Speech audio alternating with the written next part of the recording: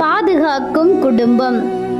எகிப்தை அடிமையாக வாழ்ந்த இஸ்ரவேல் மக்கள் தொகை அதிகமாக பெருகியதனால எகிப்தை ஆண்டு வந்த பார்வோன் அரசர் இவர்களின் பலத்தை குறைக்க எபிரேய ஆண் குழந்தைகளை நதியில் போட கட்டளையிட்டார். அவ்வாறு இருக்கிற வேளையில் அம்ரான் எகபேத் குடும்பத்தில் ஒரு அழகான ஆண் குழந்தை பிறந்தது. அக்குழந்தையை கொலை செய்வதற்கு தன் தாய் எகபேத்துக்கு மனமின்றி 3 மாதம் அளவில் ஒளித்து வைத்திருந்தாள். மேலும் இல்லத்தில் வளர்க்க போதிய பாதுகாப்பு இல்லை என்று யோசனை செய்தாள்.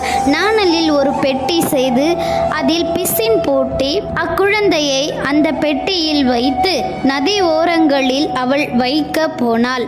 அப்படி போன வேளையில் குழந்தையின் சகோதரி மிரியாம் ஒளிந்து நின்று பார்த்து கொண்டிருந்தாள். பார்வோனின் மகள் இளவரசி ஆற்றுக்கு குளிப்பதற்கு வந்தாள்.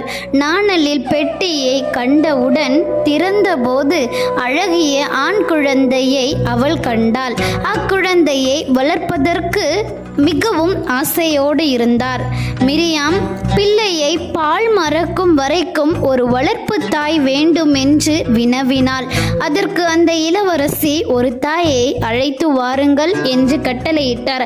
அப்படி கட்டளையிட்டவுடன் மிரியாம் தன் தாயாகிய எகபேத்தை அந்த பிள்ளை வளர்ப்பதற்காக அழைத்து கொண்டு வந்து அப்பிள்ளையை வளர்த்தாள். பால் மறக்கும் வரைக்கும் அக்குழந்தையை அழகாக வளர்த்து விட்டார்.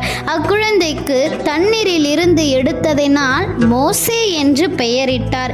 இப்படி ஆபத்து வரும்போது பெற்றோரும் உடன் பிறந்தவர்களும் நம்மளை எப்படி கருசனையாக பார்க்கிறார்களோ அதுபோல நம்மை படைத்த கடவுளும் கருசனையோடு அன்போடும் நம்மளை பாதுகாத்து வருகிறார்.